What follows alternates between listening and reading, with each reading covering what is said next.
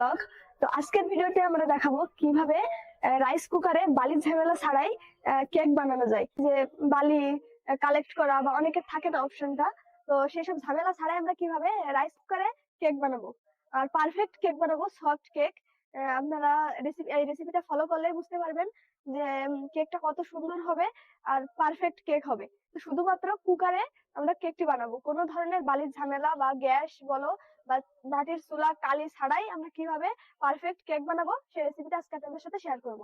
তো চলুন শুরু করা যাক। সো ভিউয়ার্স, দুইটা ডিম নিয়ে নিলাম। তো ডিম দুইটা ফাটিয়ে নিব।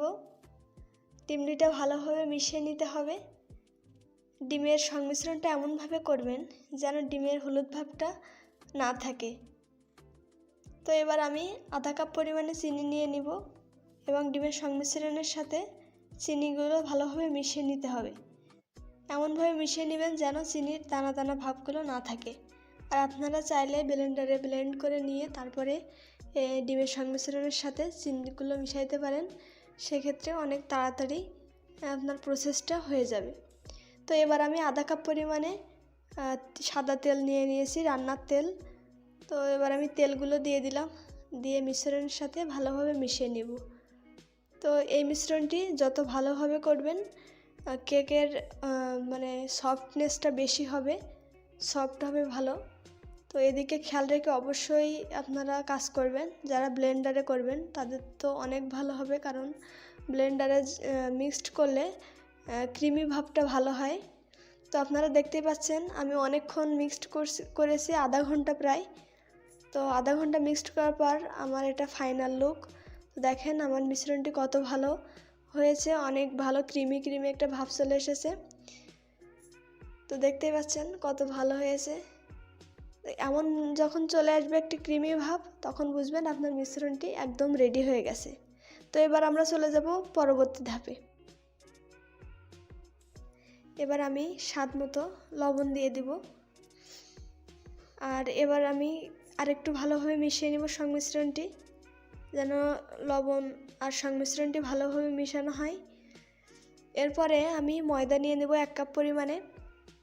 আমি আধা কাপের একটু বেশি পরিমাণে চিনি দিয়েছি, তো সেজন্য আমি 1 কাপ পরিমাণে ময়দা দিয়ে দিচ্ছি। আপনারা পরিমাণটা কমিয়ে বাড়িয়ে দিতে পারেন অবশ্য। আর যারা পরিমাণটা বুঝবেন না আমাকে কমেন্টে অবশ্যই জানাবেন, আমি আপনাদের রিপ্লাই দেওয়ার চেষ্টা করব। তো এবার আমি ময়দাটি অল্প অল্প করে মিশিয়ে নেব। আমি 3 ভাগে ভাগ করে নিয়েছি ময়দাটি।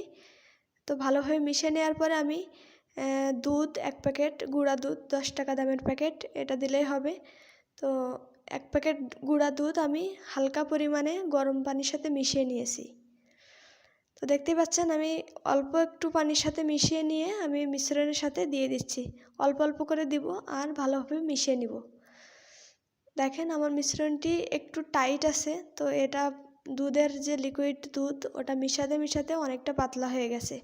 তো যখন এমন পাতলা অবস্থায় চলে আসবে তখন বুঝবেন যে মিশ্রণটি তো আপনাদের মিশ্রণটি তৈরি হয়ে গেছে।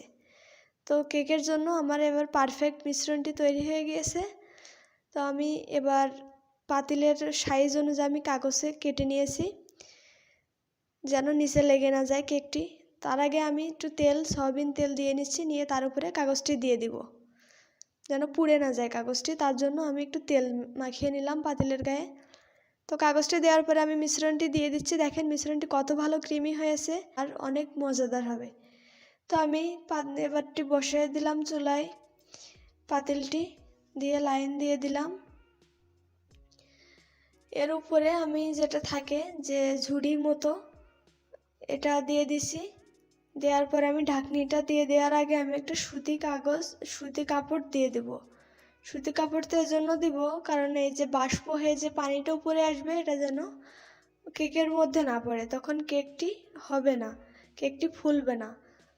এই জন্য আমি উপরে এটা সুতি কাপড়টি দিয়ে দিলাম। তো এটা দিলে আপনারা নিশ্চিন্তে রাইস কুকারে আপনারা কেক বানাইতে পারেন কোনো ঝামেলা ছাড়া।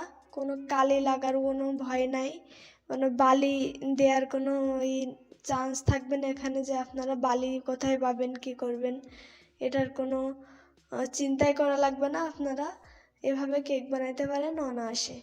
তো দেখেন আমার কেকটি কত ভালো ফুলেছে। আর আমি এবার চেক করে নেব একটা চামচ চামচের পিছন দিয়ে যে কেমন হয়েছে।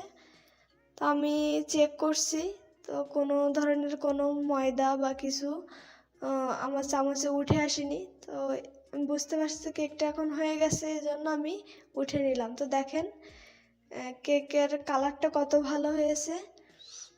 এবার কাগজগুলো আমি আস্তে আস্তে ছাড়িয়ে নিচ্ছি। তো দেখেন কেকটা কেমন হয়েছে, কতটা ফুলেছে কেকটা। আর কেকটা এত বড় হয়েছে কারণ যে আমি ছড়ানো একটা পাত্র দিয়েছি। যদি আমি একটা কোনো টিফিন কৌটা বা ছোট কোনো গামলা কিছুতে দিতাম, সেক্ষেত্রে আমার কেকটা আরও গোল হতো বা ছোট হতো। কিন্তু এখন এটা পিৎজার মতো একটা শেপ হয়ে গেছে, তো কোনো ব্যাপার না। দেখেন কেকটা কত ভালো সফট হয়েছে। তো থ্যাংক ইউ ফর ওয়াচিং।